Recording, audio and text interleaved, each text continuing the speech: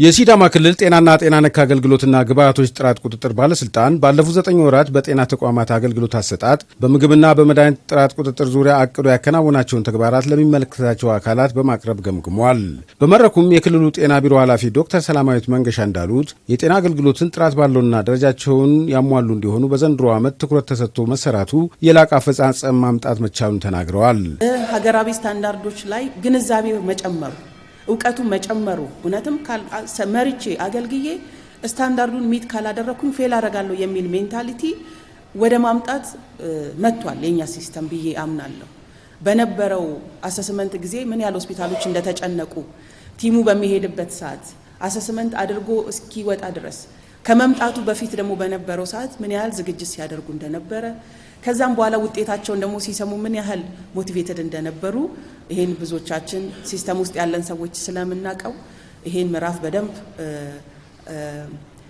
የመጣንበትን ምዕራፍ ትክክለኛ መንገድ ላይ መሆናችንን ማረጋገጫ ያገኘንበት። ዶክተር ሰላማዊት አክለውም በዋናነት አገልግሎትን ለማሻሻልና ጥራትን ለማረጋገጥ በተከናወኑ ተግባራት ውጤት ማስመዝገብ የተቻለ ቢሆንም ቀሪ ስራዎች እንዳሉ አመላክተዋል። በተለይ ከምግብና መድኃኒት ጥራት ቁጥጥር የሚስተዋሉ ችግሮች ድንበር ተሻጋሪ መሆናቸውን ኃላፊዋ ገልጸው በቀጣይ ሁሉም አካላት በመቀናጀት በመለየትና እርምት በመውሰድ ትኩረት እንደሚያስፈልገው አሳስበዋል።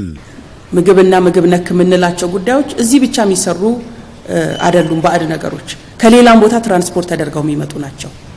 ለጤና ጊዜያቸው ያለፉ መድኃኒቶች ወይም ደግሞ ስታንዳርዱን የማሟሉ መድኃኒቶች እዚሁ ሲዳማ ክልል ውስጥ ብቻ ትራንስፖርት የሚደረጉ አይደሉም። ከሌላም ቦታ ትራንስፖርት ተደርገው የሚመጡ ናቸው። ስለዚህ ድንበር ተሻጋሪ ስለሆነ ይሄ ጉዳይ በመካከላችን ደግሞ በጋራ ተቀናጅተን አብረን አቅደን የምንሰራው ከፌዴራል ምግብና ጤና ነክ ቁጥጥር ባለስልጣን ጋር ነው። ስለዚህ እኚህ እቅድ ላይም የጋራ እቅድ በደንብ ይኖረናል። በዚህ እይታም የፌዴራል ተቋሙ በጋራ አብሮን ይሰራል ብለን ያው እስካሁንም ባለን ምዕራፍ ተቀናጅተን እየሰራን ነው። ይሄን በደንብ አድርገን ማንሳትና መስራት ያስፈልጋል። የሲዳማ ክልል ጤናና ጤና ነክ አገልግሎትና ግብአቶች ጥራት ቁጥጥር ባለስልጣን ኃላፊ አቶ ቡሪሶ ቡላሾ በበኩላቸው በዘንድሮ አፈጻጸም ለተመዘገበው ውጤት ከሁሉም ተቆጣጣሪ መዋቅሮች ጋር በቅንጅት ኖ ላይሰንስ ኖ ፕራክቲስ በሚል መሪ ቃል መንቀሳቀስ መቻሉ ነው ብለዋል። በተለይ በ2018 ኖ ላይሰንስ ኖ ፕራክቲስ በሚል ስሎጋንስ ፌዴራሉ ከፍተኛ አቅጣጫ በማስቀመጡ እንደ ክልልም ይሄንን ተግባራዊ ለማድረግ በተስማማነው መሰረት በርካታ ስራዎችን ሰርተናል።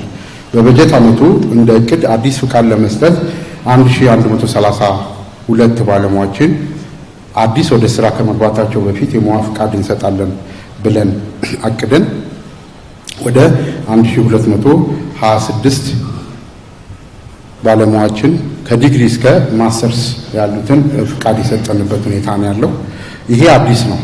በተለይ በዚህ ዓመት እጅጉን በከፍተኛ ሁኔታ ጤና ባለሙያን በዛው ልክ ትኩረት ሰጥቶ ኖ ላይሰንስ ኖ ፕራክቲስ በሚል ስሎጋን የተሰራው ስራ በርካታ ውጤት ነው ያመጣው። በተለይ በባለስልጣኑ የሚከናወኑ ተግባራት በዋናነት ህብረተሰቡን የሚታደግ በመሆኑ በጋራ መስራት ትልቅ ጠቀሜታ እንዳለው አቶ ቡሪሶ ተናግረዋል። ይህ ውጤትም የመጣው በተለይ ህዝቡ ከጎናችን በመቆም አስፈላጊውን ጥቆማ በመስጠት ትልቅ አስተዋጽኦ አበርክቶልናል። ለዚህም ትልቅ ምስጋና አለን። በዘንድሮ ዓመት 9 ወር አፈጻጸም ግምገማ በዋናነት በክልሉ በጤና አገልግሎት ማሻሻል፣ በምግብና በመድኃኒት ጥራት ቁጥጥር ላይ የተሰሩ ስራዎችና የተመዘገቡ ውጤቶች ለተሳታፊዎች ቀርበው ተወያይተውበታል።